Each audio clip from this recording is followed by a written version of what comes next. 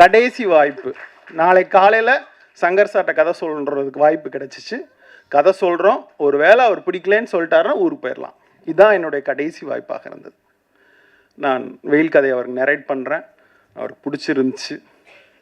அவர் கம்பெனியில் வித்தியாசமான படங்கள் பண்ண விரும்பினார். அப்போ அவர் சொன்னார், சூர்யா, அர்ஜுன் அப்படி யாரா ஹீரோ அப்படின்ட்டு. அப்போ நான் சொன்னேன், விருதுநகரனுடைய திராவிட முகம் பசுபதி மாதிரி ஒருத்தர் வேணும், அவரோட படம் பண்ணுவேன் அப்படின்னு நான் சொன்னேன். அந்த வெறியோடு தான் அந்த படத்தை நான் பண்ணி முடித்தேன். அந்த படம் தான் ஃபஸ்ட்டு கேன்ஸில் தமிழ்நாட்டிலேருந்து செலக்ட் ஆன முதல் படம். வெயிலில் நான் வந்து ஒரு பன்னி மேய்க்கு வரை வில்லனாக சித்தரித்ததுக்கு இந்த மேடையில் நான் பகிரங்கமாக மன்னிப்பு கேட்க தயாராக இருக்கேன். ஸோ நாம் சித்தரிக்கிற ஒவ்வொரு கதாபாத்திரமும் ஒரு சிறுபான்மையினராக இல்லை தலித்தாக இருந்து விடக்கூடாது அப்படிங்கிற கூடுதல் கவனம், இருபாலினரத்தை, மூன்றாம் பாலினரை எப்படி ட்ரீட் பண்ணணுங்கிற ஒரு கவனத்தை மிக கூர்மையாக ரஞ்சித் தன்னுடைய கமர்ஷியல் படங்கள் வாயிலாக எடுத்து வந்தது மிகவும் முக்கியமான விஷயமாக இருக்கிறது. தான் செய்த திரைப்படங்களை மீட்டுருவாக்கம் செய்து தன்னை சுய விசாரணை செய்து அதுக்கு ஒரு பொது மேடையில் மன்னிப்பு கேட்கறது மிகப்பெரிய கம்பீரம் தேவை. Thank you sir. அது வளரும் பல படைப்பாளிகளுக்கு ஒரு பெரிய உந்து சக்தியாக இருக்கும். எனக்கு ஒன்று தான் தோணுச்சு, ரஞ்சித்தை பாதுகாப்பாக பார்த்துக்கோங்க.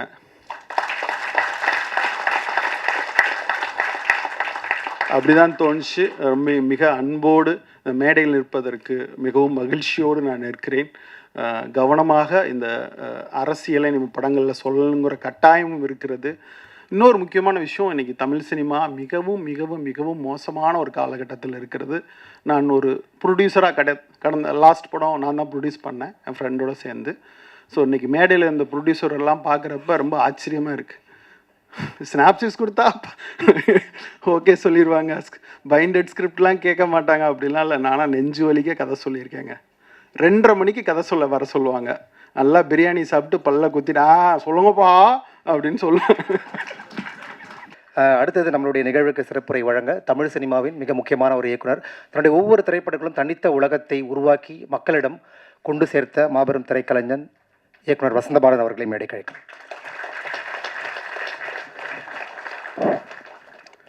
அனைவருக்கும் இனிய மாலை வணக்கம். என்னை இந்த விழாக்கு அழைச்சதுக்கு ரொம்ப நன்றி.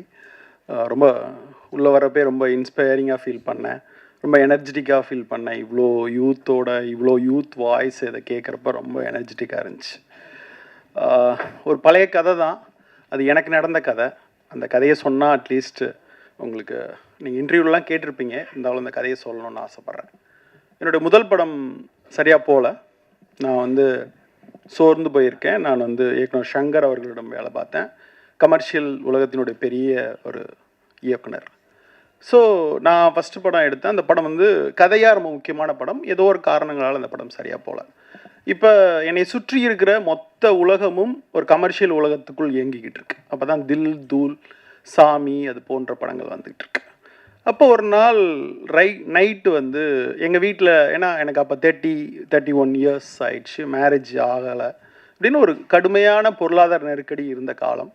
அப்போ நான் ஒரு நாள் ராத்திரி உட்காந்து, நீ எதுக்கு சினிமாவுக்கு வந்த, எதை பார்த்து சினிமாவுக்கு வந்த, எதுக்காக சினிமாவுக்கு வந்த அப்படிங்கிற கேள்வியை எனக்குள்ள நானே கேட்டுக்கிட்டேன். எதுக்கு உன்னை மயிலரகால் வருட வச்சுச்சு, எது விருதுநகரை விட்டு உன்னை ஓட வச்சு சினிமாக்குள்ளே கொண்டு வந்து நிப்பாட்டுச்சு, எல்லாத்தையும் விட்டுட்டு இங்கே சினிமாவில் சாப்பாட்டுக்கு கஷ்டத்துக்கு எல்லாத்துக்கும் நீ அலைஞ்ச அப்படின்னு நான் யோசிக்கிறப்ப எனக்கு மகேந்திரன் படங்கள், பாலச்சந்தர் அவர்கள் படங்கள், பாரதிராஜா படங்கள், இப்படி ஒரு படம் தான் என்னை இயக்குனர் ஆக்கணும், நல்ல கதையை சொல்லணும் அப்படிங்கிற ஒரு உத்வேகத்தை ஏற்படுத்துச்சுன்னு ஒரு டைரியில் நான் எழுதினேன். அப்போ கரெக்டாக சென்னையில் ஒரு ஃபிலிம் ஃபெஸ்டிவல் நடந்துச்சு. அதுக்கு முன்னாடி ஃபெஸ்டிவலுக்கு போகிற வாய்ப்பு, சூழ்நிலை, பல்வேறு சந்தர்ப்பங்கள் அமையலை. அந்த காலகட்டம் உங்களுக்கு தெரியும், 2002-2003 காலகட்டத்தில் ஒரு குறிப்பிட்ட சமூகம், குறிப்பிட்ட ஆட்கள் மட்டும் போய் வருகிற ஒரு இடமாக அது இருக்குது. அப்போ டிவிடி, சிடி அந்த மாதிரியான ஒரு கலாச்சாரம் இன்னும் முழுமையாக வராத ஒரு காலகட்டம். உலக சினிமாவை தொடர்ந்து நீங்கள் பார்க்க முடியாத ஒரு காலகட்டம். நான் மெட்ராஸ்க்கு வந்தால் பென்னர் படமே பார்த்தேன். ஸோ அப்போது ஒரு ஃபிலிம் ஃபெஸ்டிவல் நடந்துச்சு. அந்த ஃபெஸ்டிவல் முழுக்க அன்னைக்கு 6 படம் இருந்துச்சுன்னா 6 படத்தையும் பார்ப்பேன் நான். 6 படத்தையும் பார்த்து நான் வீட்டுக்கு போய் 6 படத்தினுடைய கதையையும் எழுதுவேன். நோட்டில் இன்னைக்கு காலையில் இந்த படம் பார்த்தேன், இந்த கதை எனக்கு பிடிச்சிருக்கு, அந்த கதையில் எனக்கு என்ன பிடிச்சிருக்கு அப்படின்னு எழுதி எழுதி எழுதி எழுதி அந்த ஃபெஸ்டிவல் மொத்தமும் முடித்தேன். முடித்த பிறகு என்னுடைய பார்வை மொத்தமும் மாறிச்சு. மயிலிறகால மனசை வருடுற ஒரு இன்ஸ்பிரேஷனில் சினிமாக்கு நீ வந்த நீ எக்காரணம் கொண்டும் அது இல்லாத இன்னொரு கதையை இன்னொரு படத்தை பண்ணிடக்கூடாதுங்கிற ரொம்ப ஆழமான ஒரு நோக்கம் என் மனசுக்குள்ளே ஏற்பட்டுச்சு. அப்போ எழுதின கதை தான் வெயில். ஆக்சுவலாக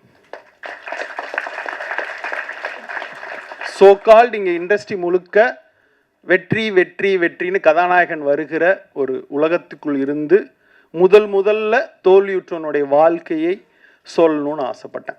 அதுவும் அந்த வெயிலோட சூடோட அந்த மனத்தோட சொல்லணும்னு ஆசைப்பட்டேன். கண்டிப்பாக அப்போ முதல் படம் தோற்ற ஒரு இயக்குனருக்கு எந்த கதவுகளும் எப்போதும் திறந்திருக்காது. ஸோ இடித்து முட்டி ரத்தம் ஒழுக நின்னா கூட அந்த கதவுகள் திறக்காது நண்பர்களே. அப்படி இப்போ நினச்சப்ப காதல் படம் ரிலீஸ் ஆச்சு. ரிலீஸ் ஆகி வெற்றி அடைஞ்ச பிறகு கடைசி வாய்ப்பு, நாளை காலையில் சங்கர் சார்ட்ட கதை சொல்கிறதுக்கு வாய்ப்பு கிடச்சிச்சு. கதை சொல்கிறோம், ஒரு வேளை அவர் பிடிக்கலன்னு சொல்லிட்டாருன்னா ஊருக்கு போயிடலாம். இதுதான் என்னுடைய கடைசி வாய்ப்பாக இருந்தது. நான் வெயில் கதையை அவருக்கு நரேட் பண்ணுறேன். அவருக்கு பிடிச்சிருந்துச்சு. அவர் கம்பெனியில் வித்தியாசமான படங்கள் பண்ண விரும்பினார். அப்போ அவர் சொன்னார், சூர்யா, அர்ஜுன் அப்படி யாரா ஹீரோ அப்படின்ட்டு. அப்போ நான் சொன்னேன், விருதுநகரனுடைய திராவிட முகம் பசுபதி மாதிரி ஒருத்தர் வேணும், அவரோட படம் பண்ணுவேன் அப்படின்னு நான் சொன்னேன். அந்த வெறியோடு தான் அந்த படத்தை நான் பண்ணி முடித்தேன். அந்த படம் தான் ஃபஸ்ட்டு கேன்ஸில் தமிழ்நாட்டிலேருந்து செலக்ட் ஆன முதல் படம். நம்ப மாட்டீங்க, அந்த படத்துக்கு 26 அவார்டு கிடச்சிச்சு. ஸ்டேட் அவார்டு, நேஷ்னல் அவார்டு, எல்லா அவார்டும் கிடச்சிக்கிட்டே இருந்துச்சு. அவ்வளோ அவார்டு கிடச்சோன்னே நான் அதுக்கு தகுதியானவனா அப்படிங்கிற கேள்வி எனக்கு வந்துச்சு. அப்போ தான் மறுபடியும் எனக்கு இந்த வேர்ல்டு சினிமா பார்த்த ஃபெஸ்டிவல் பார்த்த அனுபவம் தான் எனக்கு ஆல்மோஸ்ட் அன்னைக்கு டாப் ஹீரோஸ் எல்லாற்றிருந்தும் படம் பண்ணுவதற்கான வாய்ப்பு வந்துச்சு. நீ கதையே சொல்ல வேணான்னு கூட வந்துச்சு. ரீமேக் பண்ண வாய்ப்பு வந்துச்சு. என் கையில் ஒரு துளி காசு இல்லை. அடுத்த படம் பண்ணுவதற்கு எங்கேயுமே நான் அட்வான்ஸ் வாங்கலை. அங்காடி தெரு அப்படிங்கிற ஒரு ரங்கநாத சீட்டை மட்டும் மனசுக்குள்ளே கற்பனை பண்ணிக்கிட்டு அந்த தெருவுக்குள்ளே முன்னும் பின்னுமாக ஒரு வருஷம் நடந்துக்கிட்டே இருந்து ஒரு கதை எழுதினேன்.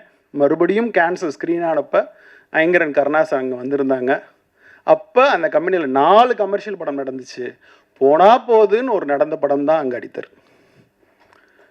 ஸோ அந்த படம் ஆஸ்காரில் ஃபைனல் ரவுண்டில் பீப்ளி லைவா அங்காடி தெருவா ஆஸ்காருக்கு போகிற படமாக அந்த படம் இருந்தது. இந்தியன் மனோரமா செலக்ட் ஆச்சு, நிறைய விருதுகள் வாங்கி தந்துச்சு.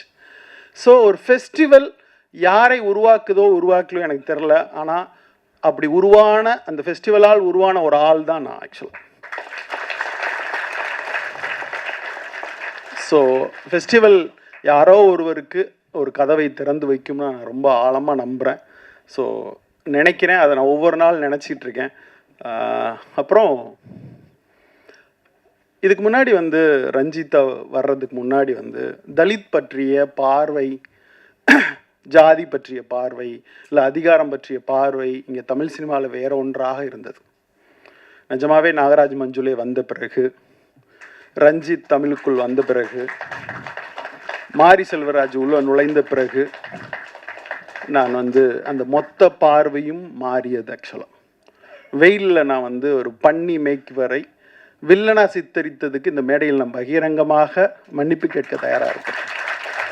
ஸோ நாம் சித்தரிக்கிற ஒவ்வொரு கதாபாத்திரமும் ஒரு சிறுபான்மையினராக இல்லை தலித்தாக இருந்து விடக்கூடாது அப்படிங்கிற கூடுதல் கவனம், இருபாலினரத்தை, மூன்றாம் பாலினரை எப்படி ட்ரீட் பண்ணணுங்கிற ஒரு கவனத்தை மிக கூர்மையாக ரஞ்சித் தன்னுடைய கமர்ஷியல் படங்கள் வாயிலாக எடுத்து வந்தது மிகவும் முக்கியமான விஷயமாக இருக்கிறது.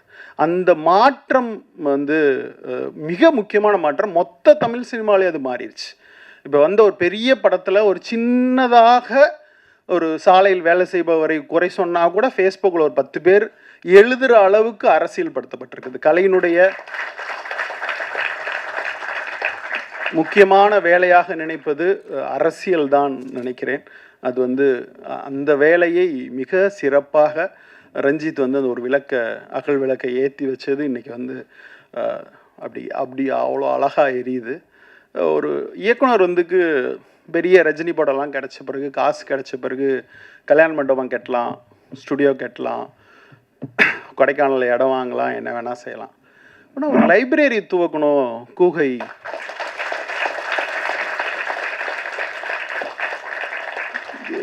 எவ்வளோ பெரிய விஷயம். நான்லாம் வேலை பார்த்துட்டு இருந்தப்போ, அஸ்னேட்டராக இருந்தப்போ எனக்கு 1500 சம்பளம் இருக்கிறப்ப 1200 புக்கு வாங்கி வீட்டில் வாங்கி படிப்பேன். எந்த புக்கு கடை இப்போ லைப்ரரியில் பார்த்தா நம்ம விரும்புகிற புஸ்தகம் லைப்ரரியில் இருக்காது.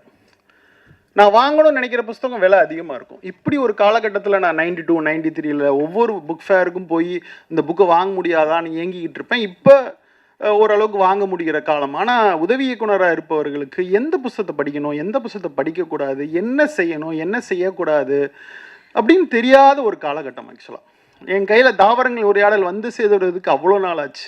என் கையில் ரப்பர் வந்து சேருவதற்கு அவ்வளோ நாள் ஆச்சு. இப்படின்னு நான் சொல்லிகிட்டே போவேன். நான் வந்து அவ்வளோ அந்த அந்த நவீன இலக்கியத்தினுடைய முதல் சரடனை என் கையில் பற்றுவதற்கு அத்தனை நாள் ஆச்சு. கணையாளை வாங்குவதற்கு நான் விருதுநகர்லேருந்து மதுரை வந்து ட்ராவல் பண்ண வேண்டியிருக்கும். ஸோ அந்த காலகட்டத்திலேருந்து ஒரு கூகை லைப்ரரியை துறந்து இன்னைக்கு வந்து நான் வந்து அந்த ரோடு வழியாக தான் தினமும் போகிறேன். ஆக்சுவலாக என்னோடய ஆஃபீஸிலேருந்து நான் கடந்து செல்கிற பாதை அது. அங்கே பார்க்குறப்ப அது ஒரு இயக்கமாக மாறி இருக்கிறது. இது ரொம்ப பெரிய விஷயம். ரெண்டாவது, தொடர்ந்து இசைக்கு ஒரு விழா நடத்துகிறாரு, திரைப்படத்துக்கு ஒரு விழா நடத்துகிறாரு. ரொம்ப சர்ப்ரைஸாக இருக்குது, மகிழ்ச்சியாக இருக்கிறது. எனக்கு ஒன்று தான் தோணுச்சு, ரஞ்சித்தை பாதுகாப்பாக பார்த்துக்கோங்க.